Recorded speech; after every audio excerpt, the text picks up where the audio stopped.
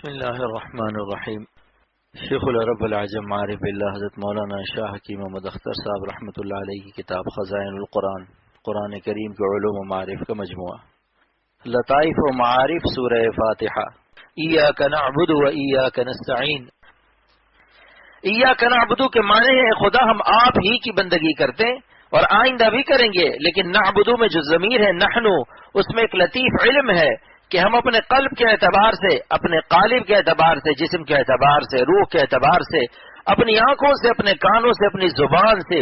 بجمیع اعضاء البدن و بجمیع اعضاء الباطن آپ کے بندے ہیں اور آپ ہی کی عبادت کرتے ہیں۔ ہم سر سے پیر تک، ظاہر سے باطن تک آپ کے بندے ہیں،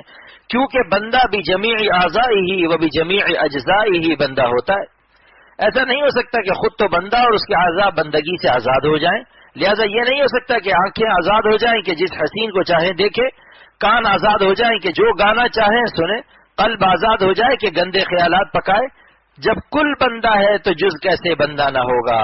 پس نعبدو کی ضمیر میں لطیف اشارہ ہے کہ ہم جو مجموعہ ہے ظاہر و باطن کا، قلب و قالب کا، جسم و روح کا، ہم آپ کے بندے اور غلام ہیں، لہذا ہماری آنکھیں اور کان اور تمام اعضاء آپ ہی کی عبادت کریں گے۔ ہماری آنکھیں آپ کی مرضی کے خلاف کسی حسین کو نہیں دیکھیں گے،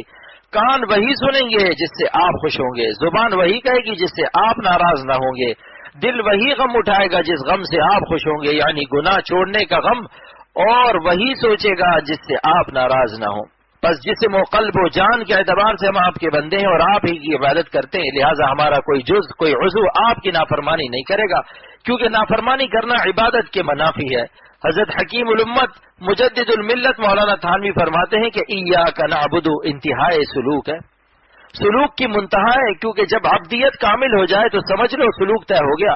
بندہ منزل کو پا گیا۔ جس کی بندگی کامل ہو جائے، یعنی جس کے ظاہر و باطن پر، قلب پر، قالب پر، جسم و جان پر اللہ کی بندگی کے آثار ظاہر ہو جائیں، یعنی ظاہر بھی فرما بردار ہو جائے اور باطن بھی فرما بردار ہو جائے، وہ ایاک نعبد کا مصداق ہو گیا۔ پھر اس کے گال پر بلیڈ نہیں چل سکتا، کیونکہ وہ جانتا ہے کہ گال بھی بندہ ہے، داڑھی بھی ایک مجھ سے کم نہیں ہو سکتی، آنکھیں بدنظری نہیں کر سکتی، دل گندے خیال نہیں پکا سکتا۔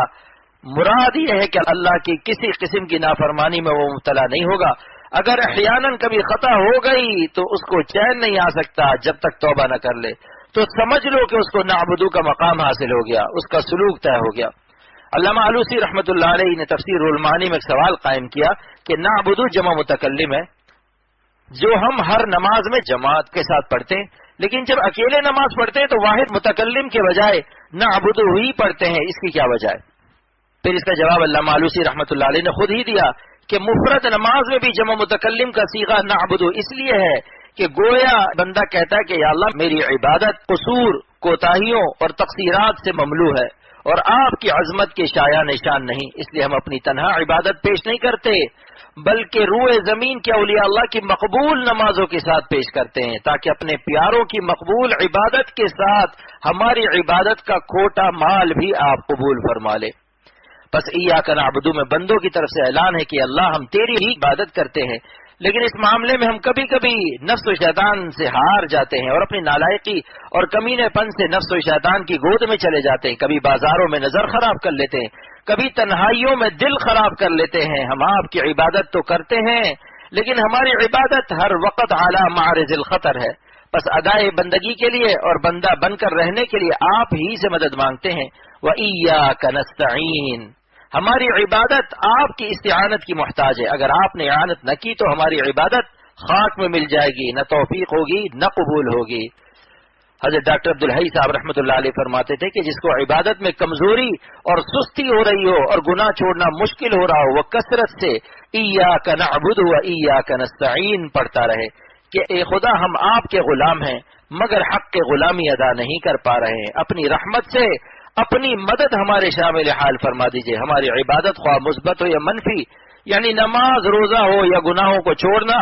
آپ کی اعانت کی محتاج ہے۔ اس آیت کی ورد کی برکت سے انشاءاللہ ہم روز بروز صالح ہوتے چلے جائیں گے، آمین۔